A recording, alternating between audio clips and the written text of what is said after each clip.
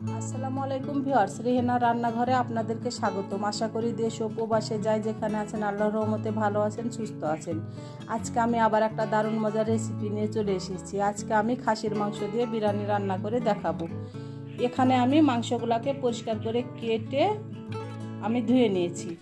এখানে আপনার 1.5 কেজি খাসির মাংস আছে। আমি হাড্ডি চর্বি মেশানো মাংস নিয়েছি, আর মাংসগুলোকে আমি রেগুলার কাট করে কেটে নিয়েছি। হাড্ডি চর্বি মেশানো মাংস নিলে বিরিয়ানিটা খেতে খুব মজা হয়। একটা ছাকনাতে রেখে আমি পানিটা ঝরিয়ে নিয়েছি। মাংসগুলোকে আমি এক সাইডে রেখে দেব। আমি বিরিয়ানির একটা মশলা তৈরি করে নেব।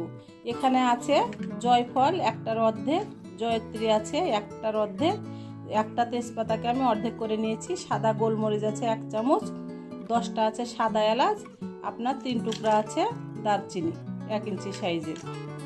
এই মশলাটা আপনারা চাইলে পাটাও বাটতে পারেন এবং ব্লেন্ডারও ব্লেন্ড করতে পারেন। এটা ভাজার কোনো প্রয়োজন নাই, এটা কাঁচাই ব্লেন্ড করে নিতে হবে। মশলাটাকে আমি ব্লেন্ড করে নিয়ে ফিরে আসছি। মশলাটাকে আমি ব্লেন্ড করে নিয়ে চলে এসেছি। এবার মশলাটাকে আমি এক সাইডে রেখে দেব। এবার মাংসটাকে আমি ম্যারিনেট করে নেব। আমি এখানে দিয়ে দেব বাদাম বাটা। এখানে আপনার 2 চামচ বাদাম বাটা আছে, আমি দিয়ে দিলাম। আমি এখানে কাঠবাদাম বাটা ব্যবহার করলাম, আপনারা চাইলে যে কোনো বাদাম বাটা ব্যবহার করতে পারেন। আমার বাসায় টক দই নাই, সেজন্য আমি গরুর দুধ দিয়ে আমি টক দই বানিয়ে নিয়েছি। এখানে আমি একটা লেবুর রস আমি চিপে আমি টক দইটা বানিয়ে নিয়েছি। আমি দিয়ে দেব টক দই। আমি দিয়ে দেব আদা বাটা 2 চামচ, রসুন বাটা 2 চামচ। এখানে আমি দিয়ে দেব মরিচের গুঁড়া 1 চামচ, জিরার গুঁড়া 1 চামচ, স্বাদ অনুযায়ী লবণ।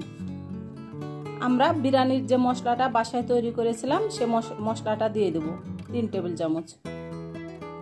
এবার মাংসটাকে আমি ভালো করে ম্যারিনেট করে নেব। মাংসটা অবশ্যই হাত দিয়ে ম্যারিনেট করে নিতে হবে, তাহলে মাংসের প্রত্যেকটা কোনায় কোনায় আপনার মশলাটা ঢুকে যাবে। আমি মাংসটাকে ভালো করে ম্যারিনেট করে নিয়ে একেবারে আমি ফিরে আসছি। মাংসটা আমার ভালোভাবে ম্যারিনেট করা হয়ে গেছে। আপনাদের হাতে যদি সময় থাকে তাহলে মাংসটাকে অবশ্যই আধা ঘন্টা রেস্টে রেখে দিবেন, আর যদি হাতে সময় না থাকে তাহলে সরাসরি রান্না করতে চলে যাবেন। আমি মাংসটাকে 30 মিনিট আমি রেস্টে রেখে দেবো ঢাকনা দিয়ে ঢেকে। 30 মিনিট পরে আমি ফিরে আসছি। চুলায় আমি হাঁড়ি চাপিয়ে দিয়েছি, আমি বেরেস্তা ভেজে নিয়েছি। বেরেস্তা ভাজা তেলের মধ্যে আমি দিয়ে দেবো পেঁয়াজ কুচি। এখানে আমি দিয়ে দিলাম 1 কাপ পেঁয়াজ কুচি। আমার মাংসতে খুবই চর্বি আছে, সেজন্য আমি এখানে 1 কাপের 1 কাপ তেলে আমি বেরেস্তা ভেজে নিয়েছি। বেরেস্তা ভেজে যে তেলটা রয়ে গেছে সেই তেলে আমি মাংসটা রান্না করে নেব। পেঁয়াজটাকে আমি ব্রাউন কালার করে ভেজে নেব। পেঁয়াজটা আমি ব্রাউন কালার করে ভেজে নিয়ে আমি ফিরে আসছি। আমি এবার দিয়ে দেব ম্যারিনেট করা মাংস। আমি মাংসগুলা 30 মিনিট পরে আমি দিয়ে দিলাম। এবার আমি মাংসটাকে ভালো করে আমি নেড়ে চেড়ে নেব। মাংসটাকে আমি ঢাকনা দিয়ে ঢেকে 10 মিনিট আমি হাই হিটে রান্না করে নেব। 10 মিনিট পরে আমি ফিরে আসছি। 10 মিনিট পরে আমি ঢাকনাটা উঠিয়ে নেব। দেখুন 10 মিনিটে আমার মাংস থেকে কত পানি বের হয়েছে। আমি এখানে 1 ফোঁটাও পানি ব্যবহার করিনি। আমি এবার ঢাকনা দিয়ে ঢেকে মিডিয়াম টু লো হিটে আপনার আরো 10 মিনিট রান্না করে নেব। 10 মিনিট পরে আমি ঢাকনাটা উঠিয়ে নিলাম। আমার মাংস থেকে অনেকগুলা পানি বের হয়েছে, আমি এখানে পানি ব্যবহার করব না। আমি এই পানিতে আমি মাংসটা আমি সিদ্ধ করে নেব। আমার রেসিপিগুলা যদি ভালো লাগে তাহলে আমার ভিডিওগুলো দেখার অনুরোধ রইল। যদি ফেসবুক থেকে দেখেন তাহলে অবশ্যই একটা ফলো দিয়ে দিন।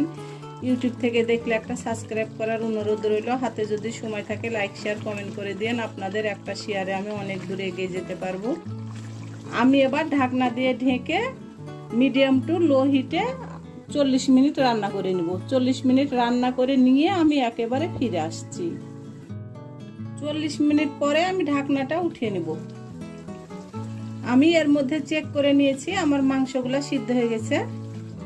আমি এই প্লেটে সম্পূর্ণ মাংস আমি উঠিয়ে নেব। আমি মাংসগুলো উঠিয়ে নিয়েছি। এবার আমি মাংসগুলোকে এক সাইডে রেখে দেব।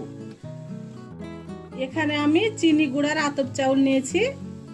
আপনার চাউলটাকে আমি পরিষ্কার করে ধুয়ে 30 মিনিট ভিজিয়ে রেখেছিলাম। চাউলটা 30 মিনিট ভিজিয়ে রাখলে চাউলটা ফুলে ডাবল হয়ে যাবে। এবং বিরিয়ানিটা খুব ঝরঝরা হবে। আমি এবার দিয়ে দিলাম চিনি গুঁড়ার আতপ চাউল। চাউলটাকে আমি ভালো করে 10-12 মিনিট আমি ভেজে নিব। চাউলটার যখন একটা শন শন শব্দ হবে তখন আপনাকে বুঝে নিতে হবে চাউলটা ভাজা হয়ে গেছে। চাউলটাকে আমি 10-12 মিনিট ভেজে নিয়ে আমি একেবারে ফিরে আসছি। চাউলটা আমার ভাজা হয়ে গেছে।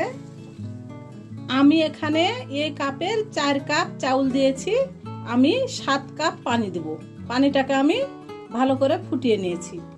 আমি দিয়ে দিলাম পানি। পানিটা অবশ্যই আপনাকে ফুটান্ত গরম পানি দিতে হবে। আমি এবার ভালো করে নেড়ে চেড়ে দেব। আর যদি চাউলটাকে আপনি 30 মিনিট ভিজিয়ে না রাখেন তাহলে অবশ্যই আপনি 1 কাপের জন্য 2 কাপ পানি ব্যবহার করবেন। আর যদি চাউলটাকে ভিজিয়ে রাখেন তাহলে 1 কাপের জন্য আপনি 1.5 কাপ পানি ব্যবহার করবেন। আমি এবার দিয়ে দেব এখানে 10-12টা কাঁচামরিচ। আমি দিয়ে দেব 1 চামচ চিনি। আমি দিয়ে দেব 2 চামচ গুঁড়ো দুধ। আমি দিয়ে দেব স্বাদ অনুযায়ী লবণ। আমরা মাংসতে লবণ ব্যবহার করেছি, বিরিয়ানির জন্য আমি স্বাদ অনুযায়ী লবণ দিয়ে দিলাম। আমি এবার ঢাকনা দিয়ে ঢেকে 10 মিনিট রান্না করে নিব। 10 মিনিট পরে আমি ফিরে আসছি। 10 মিনিট পরে আমি ঢাকনাটা উঠিয়ে নিলাম। আমি এবার ভালো করে নেড়ে চেড়ে দেব। আবারও আমি ঢাকনা দিয়ে ঢেকে আমি 8-10 মিনিট রান্না করে নিব। 8-10 মিনিট পরে আমি একেবারে রান্না করে ফিরে আসছি। 10 মিনিট পরে আমি ঢাকনাটা এবার উঠিয়ে নিব। আমার রাইসটা পুরোপুরি রান্না হয়ে গেছে। আমি চুলার আগুনটা মিডিয়াম টু লো করে দিয়েছি। এবার আমি দিয়ে দেব রান্না করা মাংস। এবার আমি মাংসটাকে ভালো করে আমি মিলিয়ে নেব। এবার আমি দিয়ে দেব 1 চামচ কেওড়া জল, 1 চামচ গোলাপ জল। আমি দিয়ে দেব বেরেস্তা কুচি।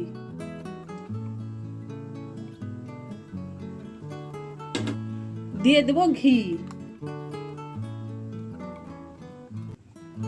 আমি এখানে 2 চামচ ঘি দিয়ে দিলাম। ঘিটা দিলে আপনার ফ্লেভারটা খুব সুন্দর আসবে। আমি এবার ঢাকনা দিয়ে ঢেকে দমে রেখে দেব 10 মিনিট। 10 মিনিট পরে আমি ফিরে আসছি। 10 মিনিট পরে আমি ঢাকনাটা উঠিয়ে নিলাম। আমি এবার ভালো করে নেড়ে চেড়ে দেব। দেখুন আমার বিরিয়ানিটা কত সুন্দর ঝরঝরা হয়েছে। আমি ঢাকনা দিয়ে ঢেকে আরো 5 মিনিট আমি দমে রেখে দেব। 5 মিনিট পরে আমি আবার ফিরে আসছি। 5 মিনিট পরে আমি ঢাকনাটা উঠিয়ে নিলাম। আমি এই প্লেটে উঠিয়ে নিয়ে আমি আপনাদেরকে পরিবেশন করে দেখাচ্ছি। হয়ে গেছে আমার পরিবেশন করা। আশা করি আমার রেসিপিটা অবশ্যই ভালো লাগবে। যদি ভালো লাগে তাহলে আমার চ্যানেলটিতে লাইক কমেন্ট শেয়ার করতে ভুলবেন না। বেশি বেশি করে সাবস্ক্রাইব করার অনুরোধ রইল। তাহলে আজকের মতো এখানে বিদায়। আবার অন্য কোনো রেসিপি নিয়ে আসবো। সবাই ভালো থাকবেন। আল্লাহ হাফেজ।